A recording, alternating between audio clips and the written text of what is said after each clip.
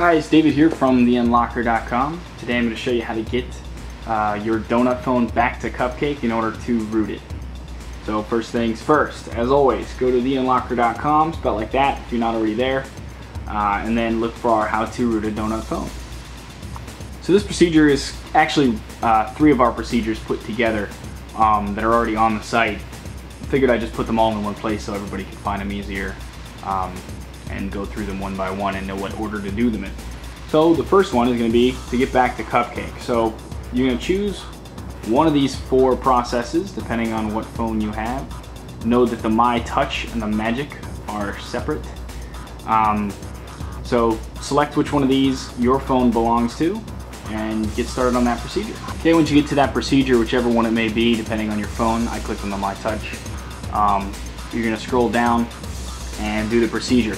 For the My Touch and the G1, you're basically just going to be putting an NVH file on your memory card, and then you're going to be loading it through bootloader mode. You can read the procedure how to do that. It's really quick, it's probably going to take 5 minutes. For the G1 though, you'll see in the unroot procedure there's going to be 2 sections, one for loading an SPL and one for loading the .nvh file. If you are on a stock Donut phone and you haven't rooted before, haven't loaded any SPLs, then skip the SPL section and go straight to section 2 and just load the .nvh file. Okay, once you're done with that, you should be back on Cupcake. By the way, also the G1 procedure, there's a separate step to get back to Cupcake, so make sure you don't forget that. Once you're done there, you can go back to our how to root a Donut phone procedure and go to section 2. Section 2 is going to be using our one-click rooting procedure on your now Cupcake phone to gain root access and flash a new custom recovery image. So, depending on your phone, you're going to click on one of these processes.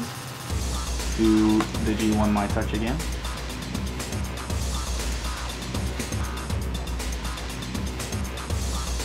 Okay, and check section 1 out first and read what it has to say.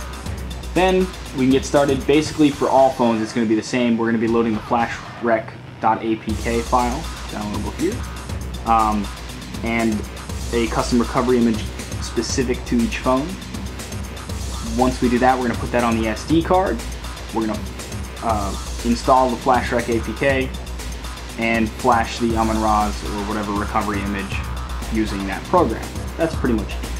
So after you flash the recovery image and you can get into recovery mode, and you see the custom recovery image and not the exclamation point, you're going to come back to the how to root Donut and go to the load a custom ROM procedure for your phone. So again, for the My Touch, click on that.